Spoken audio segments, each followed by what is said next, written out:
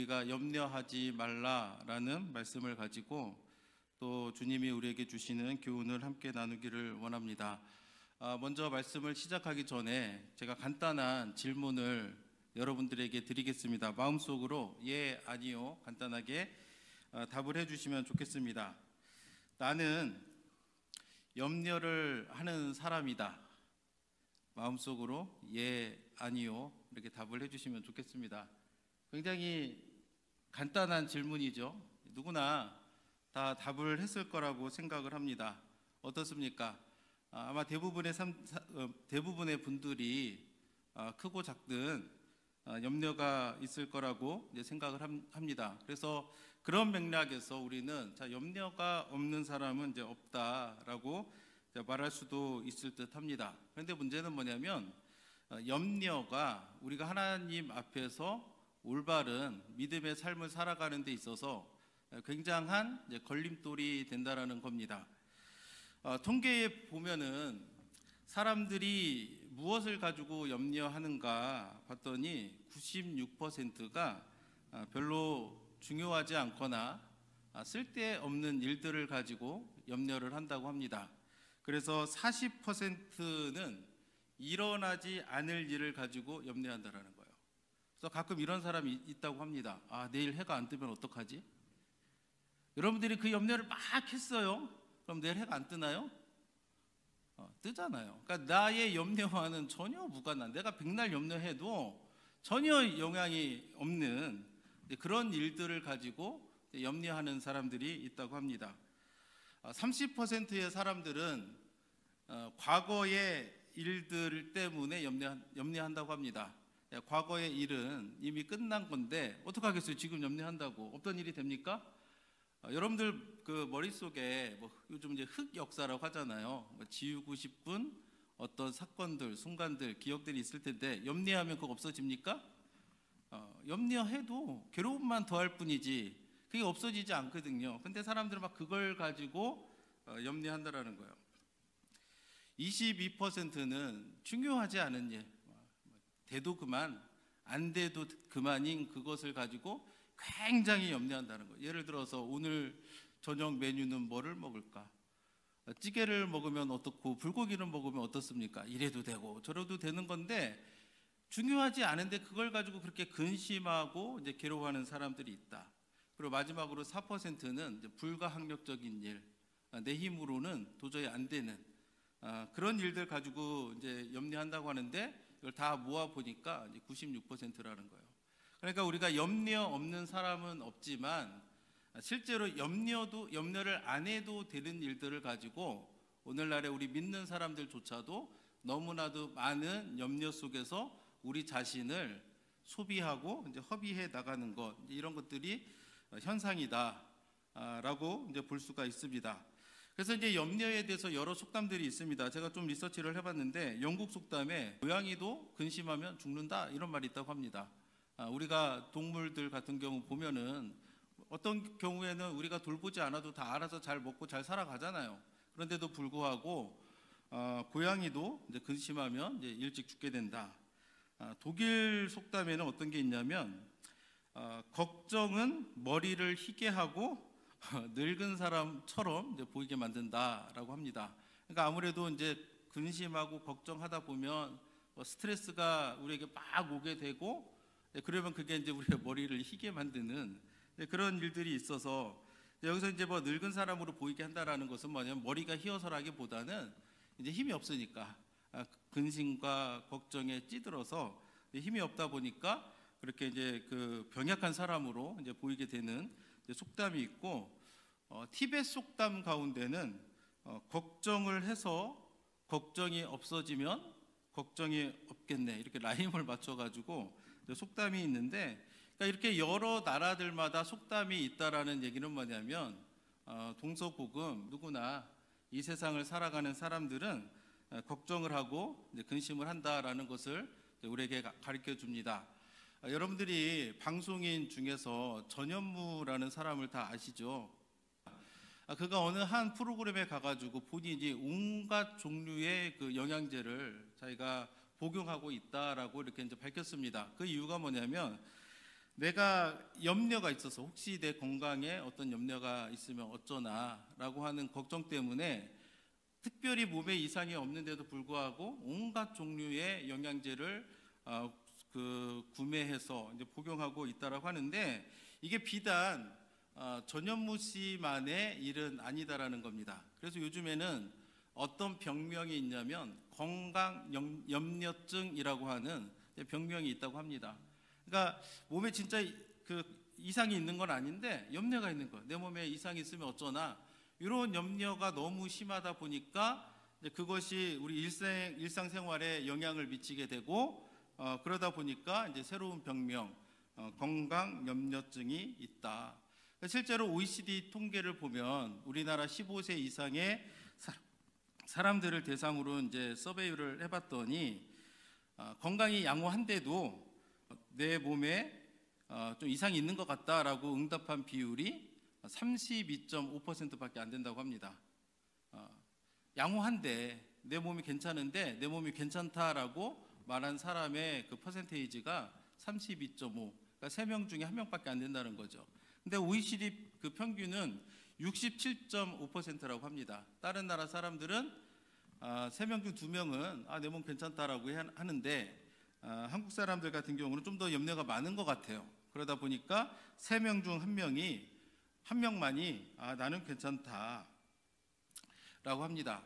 그래서 이제 염려를 하지 말라, 이제 이것이 이제 성경적인 가르침인데, 먼저 한 가지 제가 짚고 넘어갈 부분은 좋은 염려도 있다는 겁니다. 그건 뭐냐면 우리 타인을 바라볼 때 그를 돌보아 주는, 그래서 염려와 이제 돌보아 주다라는 헬라어는 이제 같은 단어인데, 그래서 주님께서 우리를 돌보아 주신다도 같은 단어가 또 다른 곳에서는 이제 염려라는 말로 쓰이는데, 예를 들어서 바울 같은 경우는 이제 에바브로디도라고 하는 제자가 있습니다.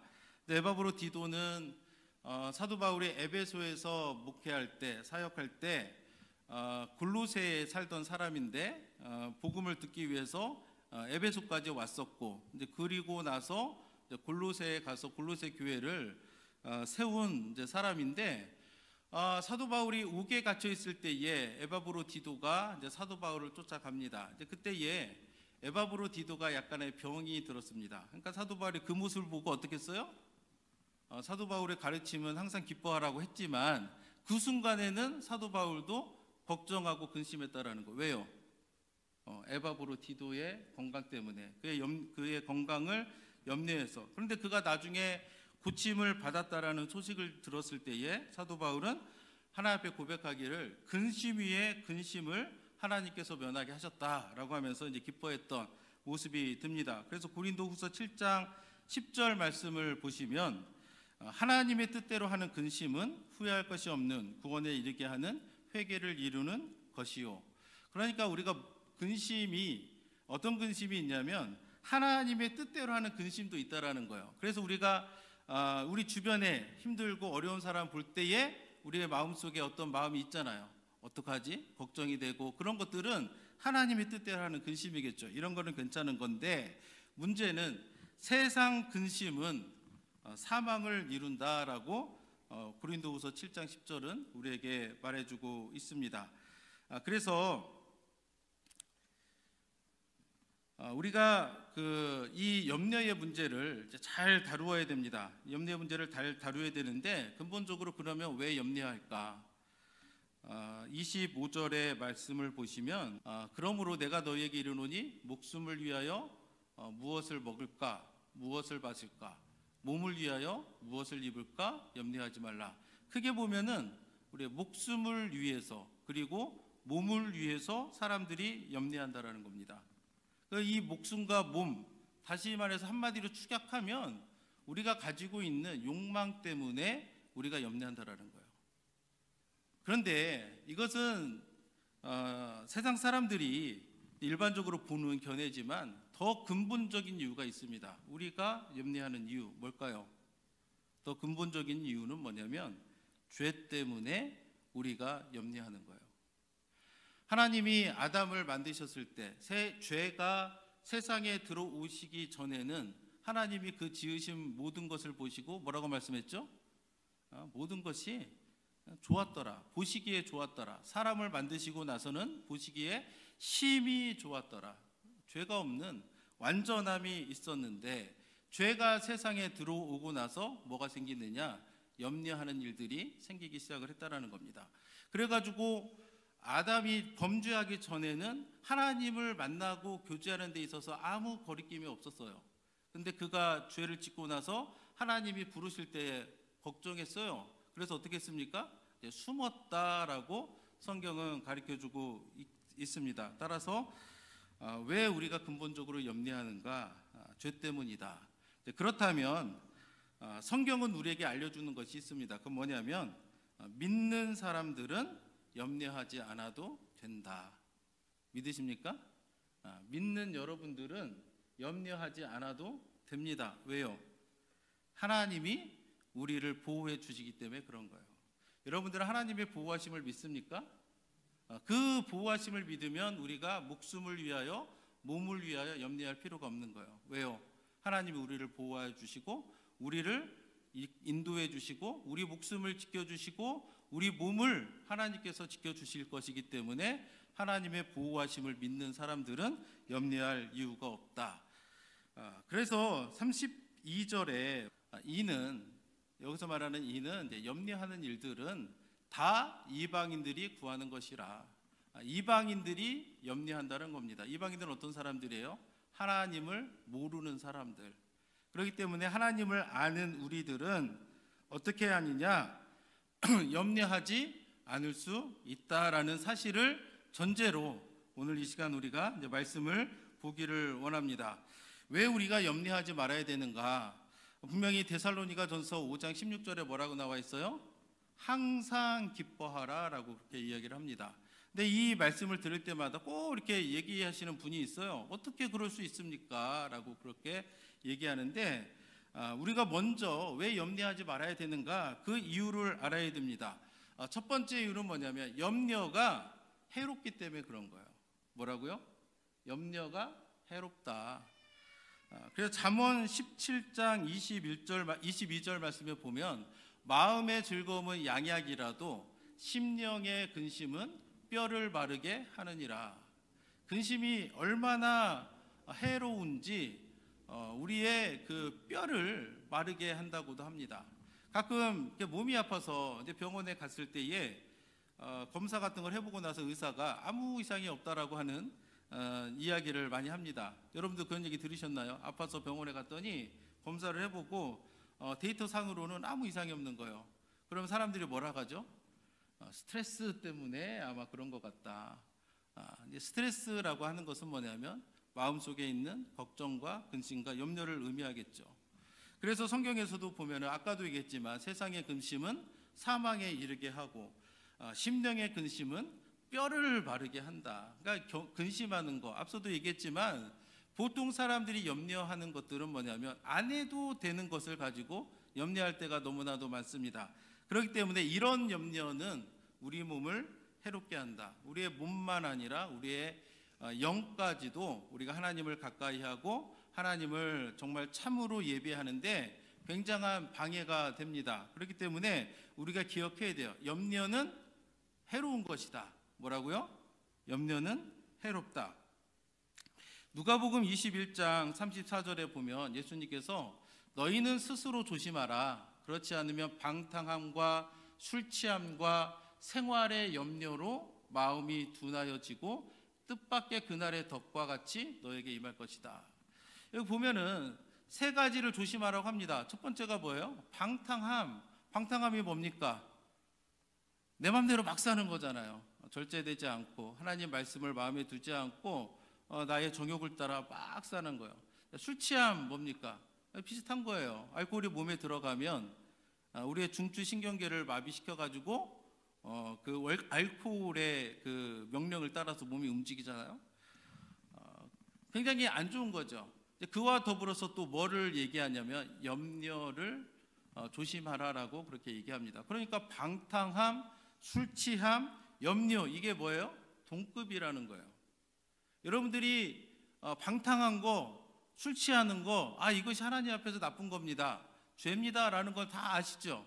근데 누가복음 21장 34절 말씀에 의하면 그것과 동급으로 우리가 염려하는 것이 우리를 덕과 같이 만들기 때문에 그것을 조심하라고 성경은 이야기를 합니다. 그래서 염려는 해로운 것이다. 그래서 여러분들 마음속에 염려가 살짝 들 때 여러분들 어떻게 될까요? 아, 이건 해로운 것이다 라고 생각을 하셔야 되는 거예요. 해로운 것이다. 두 번째, 왜 우리가 염려하지 말아야 되느냐? 왜냐하면 우리에게 유익이 없기 때문에 그래요. 아까도 얘기했지만 우리가 염려한다고 안 일어날 일들이 안 일어납니까? 아니죠. 우리가 염려한다고 해가지고 대개는 될 일은 되고 안 될 일은 안 되는 거예요. 그렇기 때문에 염려는 아무런 유익이 없다. 그래서 27절에 보면 너희 중에 누가 염려함으로 그 키를 한 자라도 더할 수 있겠느냐.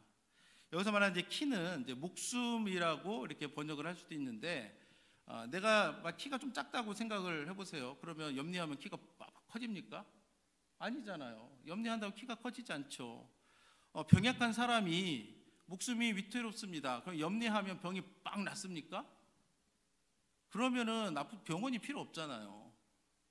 염려한다고 해가지고 어떻게 뭐 변화가 나타나거나 뭐 이렇게 우리에게 좋은 일들이 전혀 일어나지 않는다라고 하는 것이 성경이 우리에게 가르쳐주는 교훈인 겁니다. 그렇기 때문에 우리가 염려라는 것을 생각할 때 첫 번째는 뭘 생각해요? 해로운 것이다. 두 번째는 무익한 것이다 라는 것을 우리가 생각을 해야 됩니다.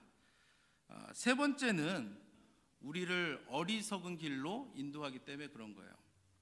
그래서 마태복음 6장 34절에서도 그러므로 내일 일을 위하여 염려하지 말라. 내일 일은 내일 염려할 것이요 한날의 괴로움은 그날로 족하니라. 내일 일을 미리 염려하는 것은 뭐예요? 어떻게 될지도 모르는데 일어나지도 않을 일, 그러니까 괜히 걱정을 사서 하는 그런 행위인데, 이렇게 자꾸 염려를 하는 것은 우리를 어리석은 길로 인도를 합니다. 그래서 여러분들이 다 아시는 것처럼 이스라엘 민족이 하나님의 은혜로 출애굽을 한 다음에 광야길을 이동을 하면서 이제 가나안 땅으로 이제 가는 여정 가운데 있었습니다. 그런데 가데스 바네아라는 곳에 이르러 가지고 그냥 가면 좋았는데, 가데스 바네아라는 곳에 이르러서 12명의 정탐꾼을 가나안 땅에 보내는 거예요. 그래서 그 땅이 하나님이 약속한 대로 젖과 꿀이 흐르는 땅이 맞는가 이제 자신들이 이제 보고 싶어가지고 사람 보냈습니다. 그 결과가 뭐예요? 10명의 정탐꾼은 그곳에 가면 큰일 난다.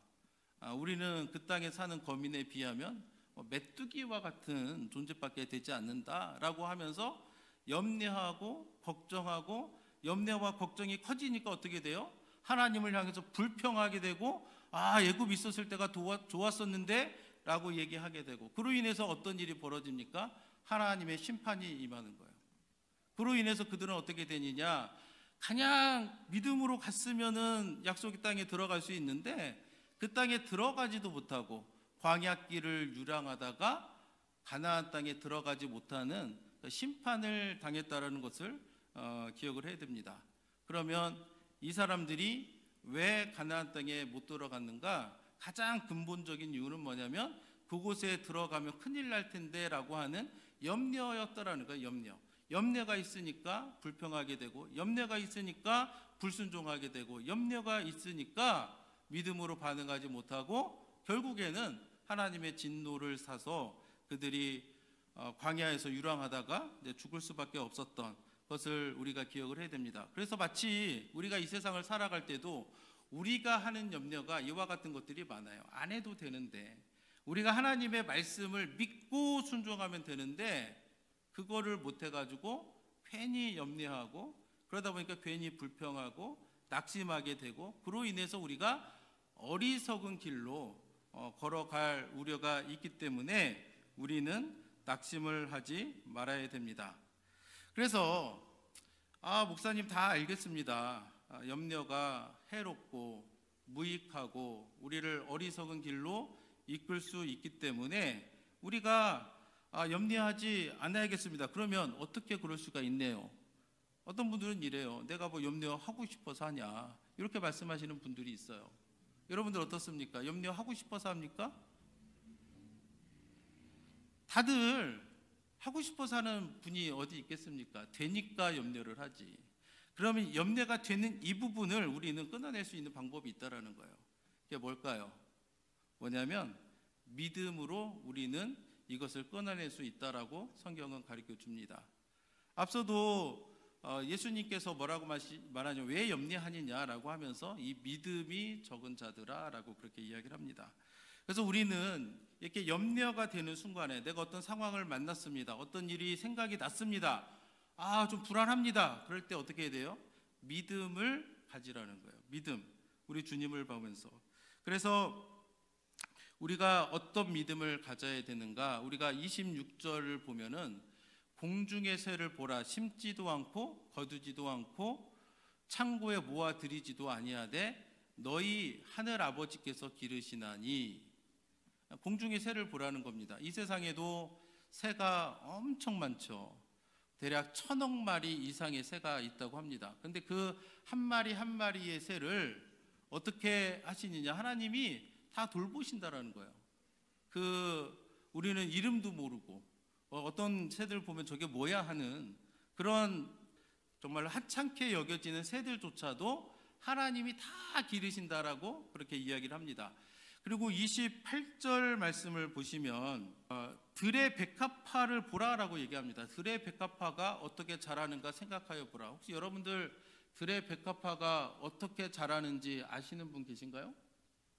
언제 싹이 트고 언제 자라서 언제 꽃망울을 맺고 언제 그게 지는지 아시는 분?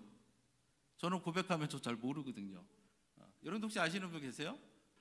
29절에 보면 그러나 내가 너에게 말하노니 솔로몬의 모든 영광으로도 입은 것이 이 꽃 하나만 갖지 못하였다.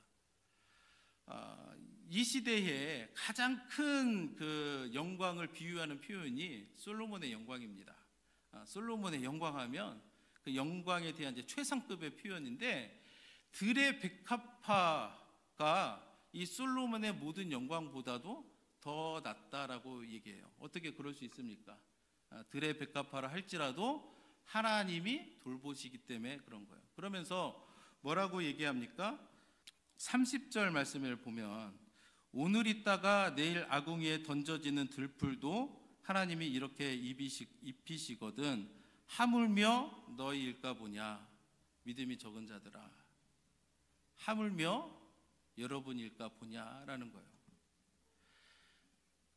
공중을 나는 그 이름 모를 새들도 그리고 이름 모를 들의 백합화조차도 하나님이 이쁘시고 길러서 솔로몬의 영광보다도 더 높게 만드시는데 하물며 너희일까 보냐라고 이렇게 얘기합니다. 이 얘기는 뭐냐면 하나님께서 우리를 아신다는 거예요. 하나님께서 우리를 좀 더 특별하게 돌봐주신다는 의미입니다. 실제로 그랬죠. 우리를 만드신 분이 누구예요?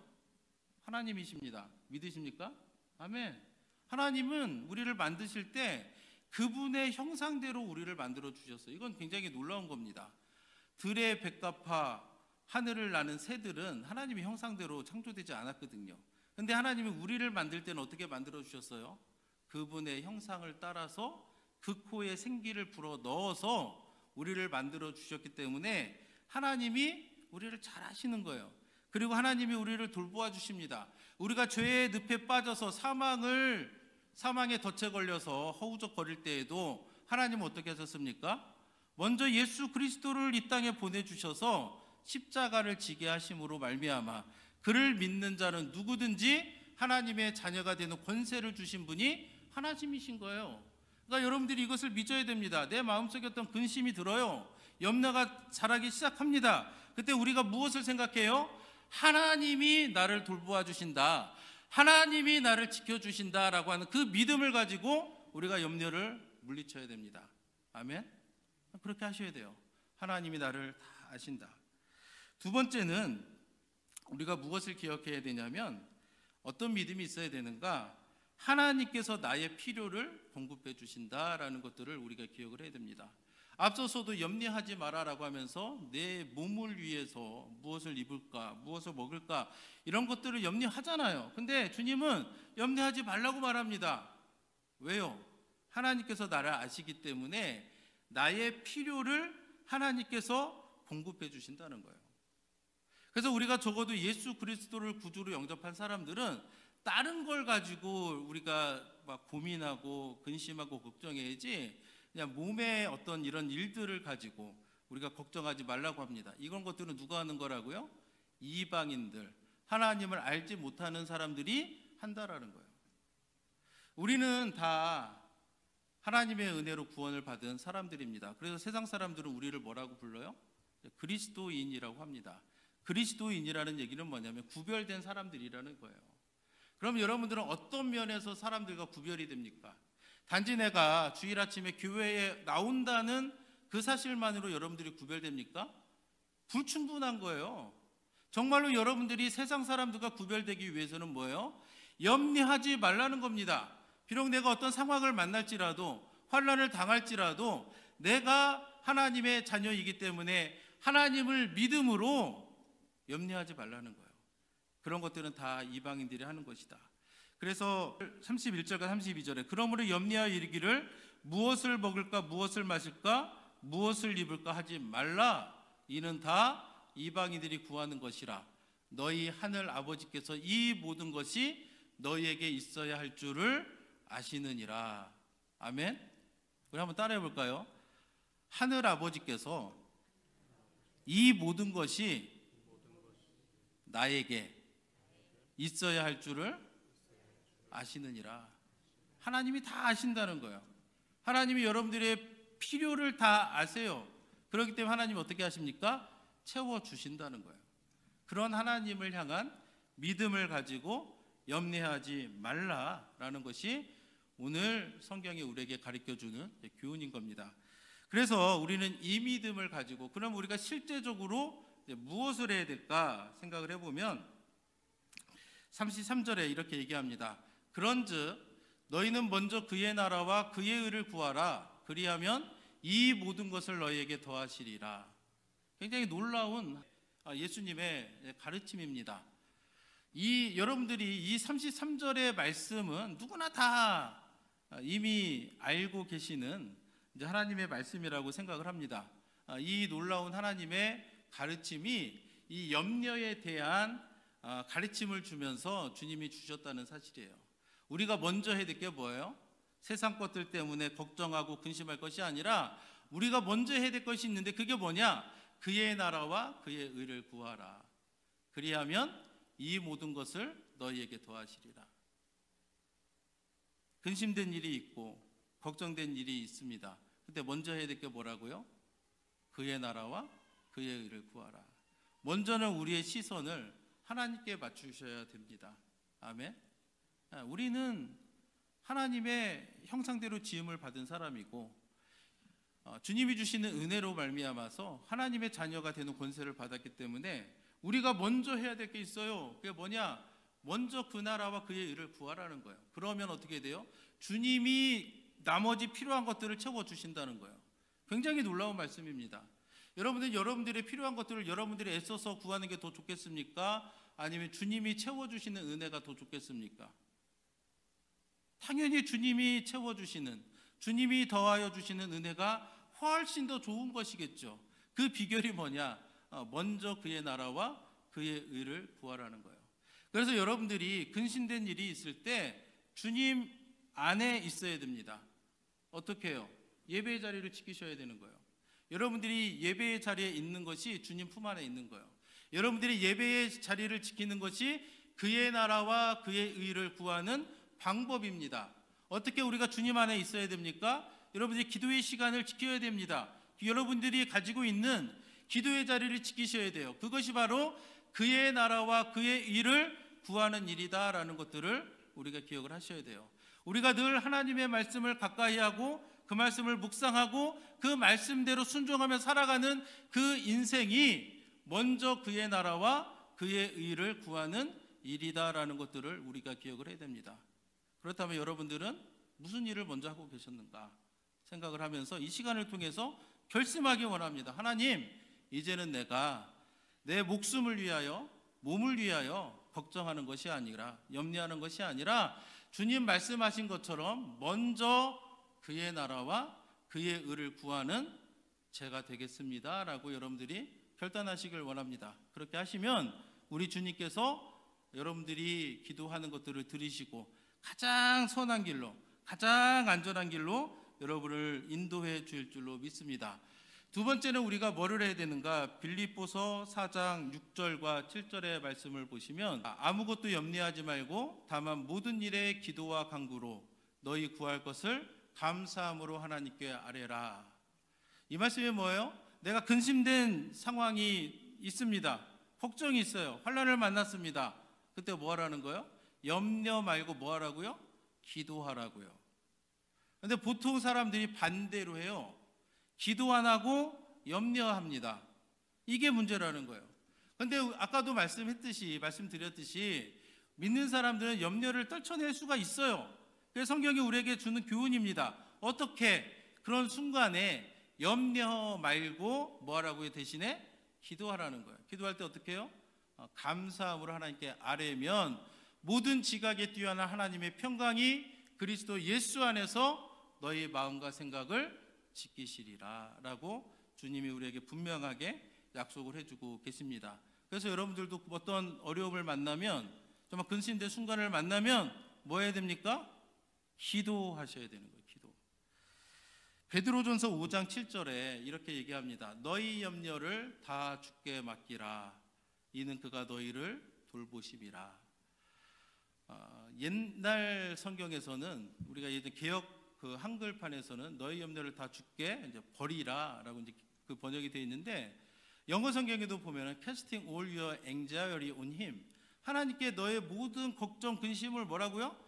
버리라는 거예요. 버리라고. 여러분들이 어떤 근심됨, 어떤 일들이 있어요. 염려할 만한 모든 일들이 있습니다. 이것을 내가 움켜쥐고 막 쩔쩔매고 걱정하고 근심하고 그러지 말라는 거예요. 뭐 하라고요? 주님께 버리라는 거예요. 주님께 맡기라는 거예요. 그리하면 어떻게 됩니까? 주님이 너희를 돌보심이라. 이게 주님이 주시는 우리의 약속입니다. 그래서 여러분들이 근심된 순간이 있을지라도 뭘 해야 됩니까? 기도하시라는 거예요. 주님께 모든 것들을 맡기시라는 거예요. 버리시라는 거예요. 그러면 하나님이 나를 위해서 그때부터 일하시는 거예요. 우리를 돌보아 주시고 나를 채워주시고 날 위해서 하나님이 일해 주신다라는 이 믿음을 가지고 우리가 2024년 한 해를 살아갈 때에도 걱정, 근심 대신 기뻐하면서 우리가 하나님이 주신 모든 은혜와 축복을 누리는 저와 여러분들이 되기를 예수님의 이름으로 축복합니다. 이 시간 함께 기도하시겠습니다.